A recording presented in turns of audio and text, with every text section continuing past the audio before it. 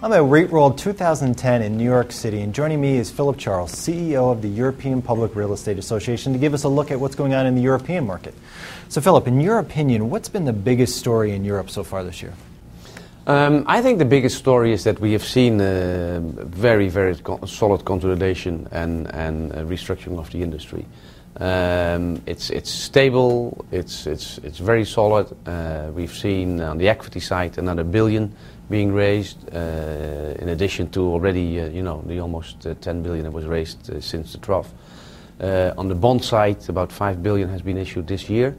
We expect more of that in the next 12 months. Total is now about $30 billion, and another $30 billion will mature, so that has to come to the bond market, we assume. And I know there are some misperceptions when particularly investors in the U.S. look at Europe. They think of the listed property market, and there is no European REIT that stretches across, so you have to keep your eye on several different countries.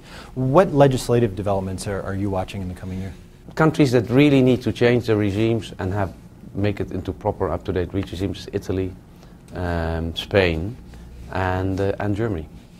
And is there a movement afoot to have those countries make the changes? Yes, though it is difficult, because at this point in time, of course, governments, when you talk about tax and you talk about what they would refer to as special tax treatment, are not looking very favorable in your direction. So it's, but I'm very confident with all the know-how we have now.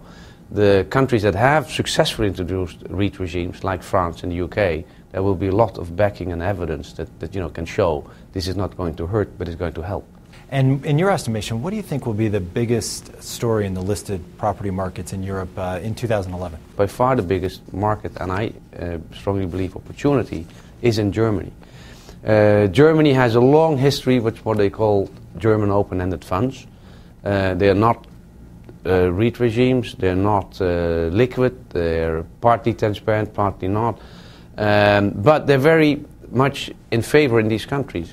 Why? Because they're strongly pushed by the banks, who make a fortune in selling those products. It's between 4 and 6% upfront fee. Old ladies come in, ask for a bond, and they walk away with a German open-ended fund. Right now, about 90 to 100 billion is invested in those funds. In the downturn, they had great difficulties because people wanted their money out, they couldn't, they closed the funds, no redemptions possible.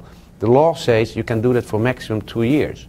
So at this point in time, about 25 billion needs to come back on the market, funds that are closed for redemption.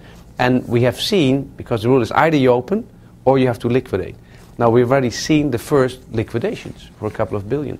So what we are doing at this point in time, talking to German government and explain that REITs might now at this point in time really be the way out of the situation. Because how can you explain to consumers 70% of this money is retail money? How can you explain them that it is fair that they lose so much money while REITs at the same time have done extremely well?